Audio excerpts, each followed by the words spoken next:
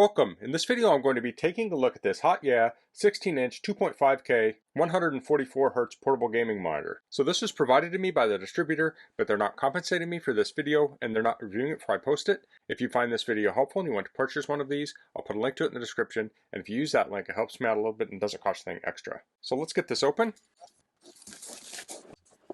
Here we have the manual. Let's pull the display out. It's very lightweight.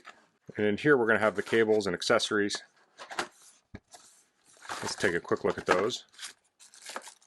So we have a power adapter. This is 20 watt max output. Here's a HDMI cable, and we have two USB-C to USB-C cables. And it looks like these both support power and video. So I'll pull these aside and I'll take the box off my bench. Let's get the monitor out here. So here we have the monitor. So we have rubberized feet, and it has this kickstand which has rubber on the monitor and the feet so it doesn't slip. Let's go to the back. Here we have holes. That would be a 100mm, I think, VESA mount, so you can put this on a monitor stand. Now there's only two here. You really only need two because it's a pretty lightweight monitor. So this kickstand will come out, and this will go to 180 degrees. So you can set it like that, so you can really dial the angle in here. So on my bench here where I'm standing up, I could really tilt this back.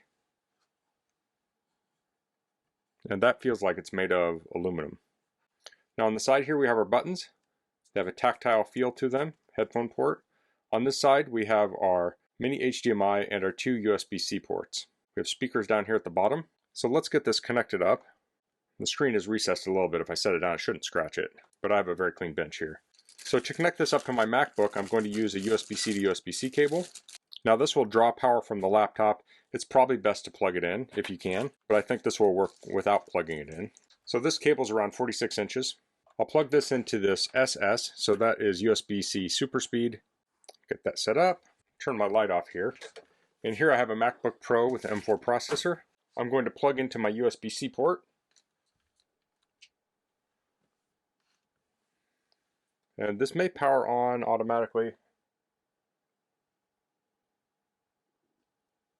It looks like it. So since I plugged it in the first time, it powered on automatically. So here we have the screen. I'm going to go into my display settings. So on a Mac, I go to settings and then displays. And it's hard to see on the screen, but it says here display and built-in display. So depending on what I click on, it's going to show me the settings for each.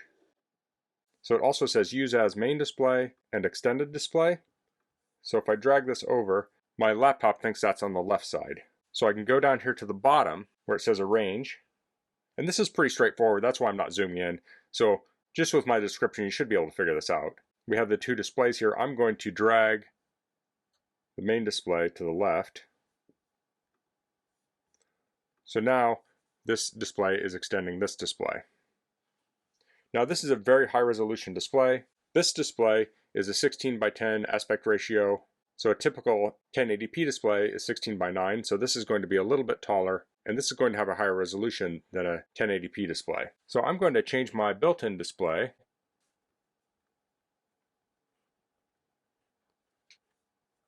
So I'm going to set this to 1920 by 1080. I'm going to go to this display, and it's currently set to 1200 by 800. I'm going to bump that up.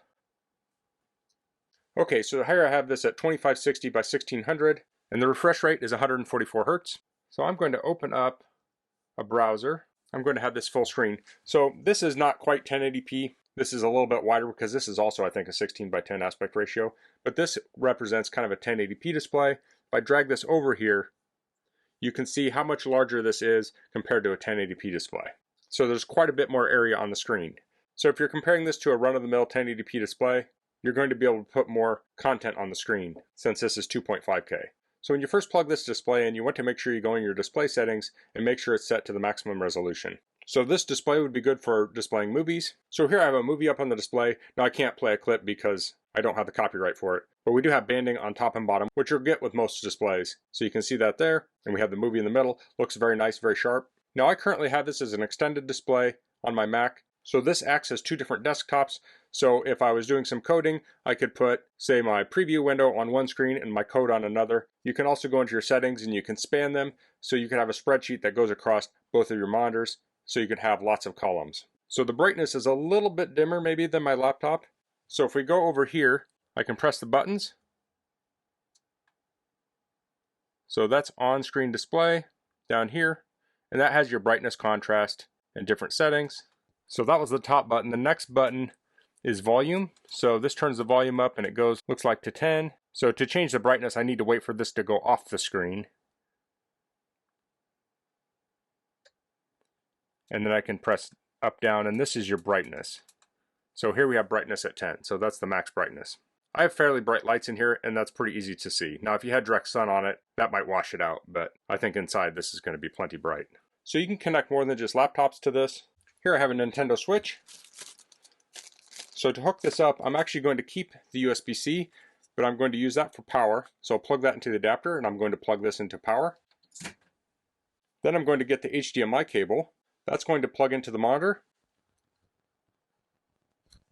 The other end I'll plug into my dock. I have a little mini dock here. Start this up. And now we have it on the monitor. Let me turn the audio up. So the audio is up all the way. The speakers on this aren't super loud. If I had a lot of background noise, it'd probably drown it out.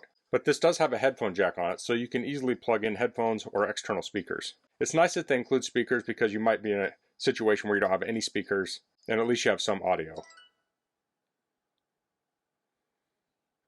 But this looks very nice. Now this is going to be outputting 1080p, so this will be upscaling it.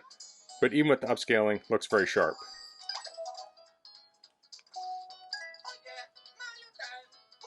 And that audio is not too bad now that it's kind of ramped up. That intro had very quiet audio.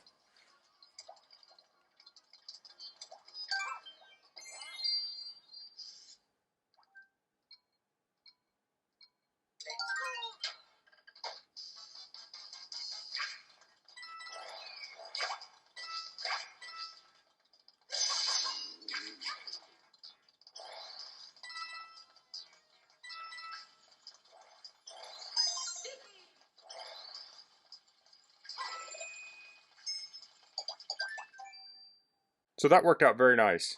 So I connected up a computer, I connected up a gaming console. I can also connect up something like a media stick, so this is a Fire TV.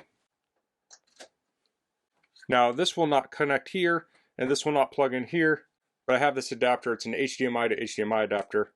You could potentially get some other adapter to plug in to mini HDMI from the Fire TV, but this works well.